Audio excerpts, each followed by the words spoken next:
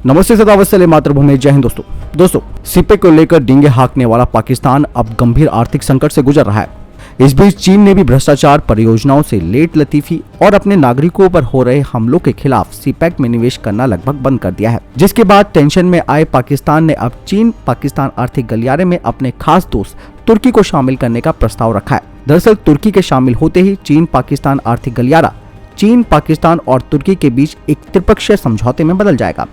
CPEC, जो कि 60 अरब dollar की एक महत्वाकांक्षी परियोजना है, पाकिस्तान के कब्जे वाले कश्मीर से होकर इसका रास्ता गुजरने को लेकर भारत ने चीन के सामने अपना विरोध भी दर्ज करके रखा हुआ है। वहीं पाकिस्तान के नए प्रधानमंत्री शहबाज शरीफ ने कहा कि सीपेक के जरिए वित्तीय और औद्योगिक गतिविधियों के विकास होने से व्यापार में कई गुना बढ़ोतरी होने की संभावना है।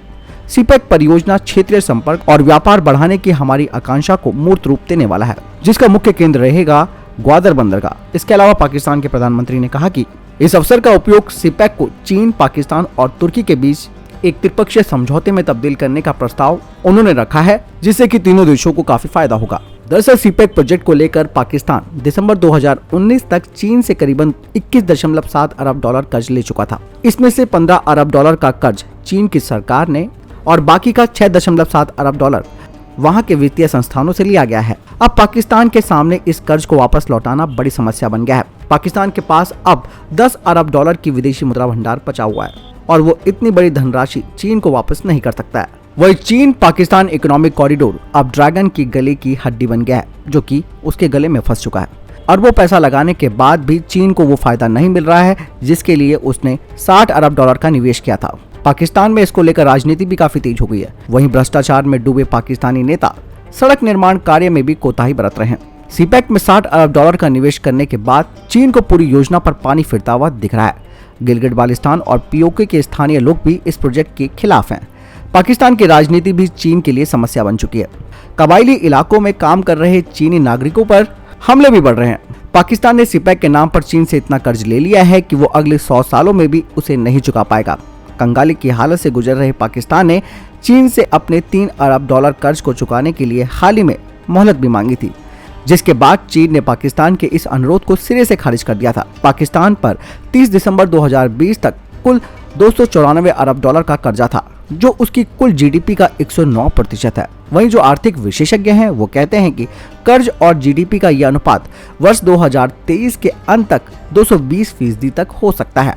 लेकिन दोस्तों, यहाँ पे जो तुर्की को शामिल करने का एंगल पाकिस्तान की तरफ से दिया गया है, उस पर चाइना कितना राजी होता है, ये देखने वाली बात है। दूसरा, पाकिस्तान और तुर्की दोनों FATF की ग्रे लिस्ट में है।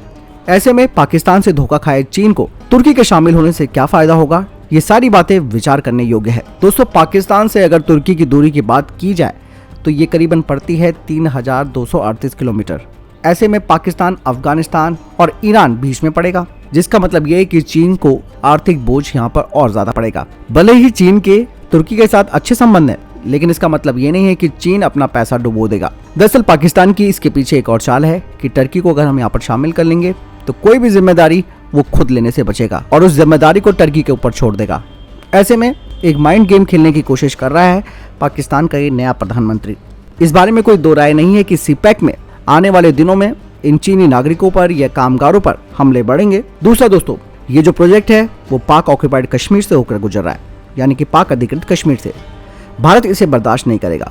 मैं आपको कई वीडियोस में बता चुका हूं, अगर ऐसा हो जाता है, कल को अगर ये ऑपरेशनल हो जाएगा सीपेक, तो भारत की तरफ से हैवी शेलिंग की जाएगी।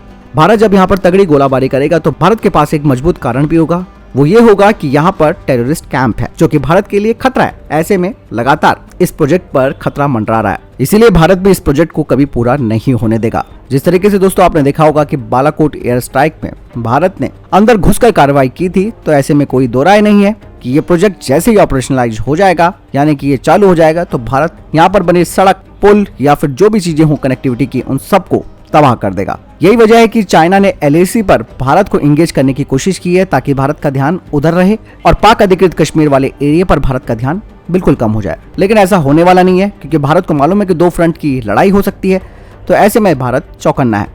आपको क्या लगता है इस पूरे सिनेरियो के बारे में? क्या टर्की के शामिल हो जाने से सीपेक जो परियोजना है वो आगे बढ़ेगी या फिर धराशायी होगी? मुझे कमेंट सेक्शन में लिखकर जरूर बताएं। मिलता हूं वीडियो के साथ। नमस्कार।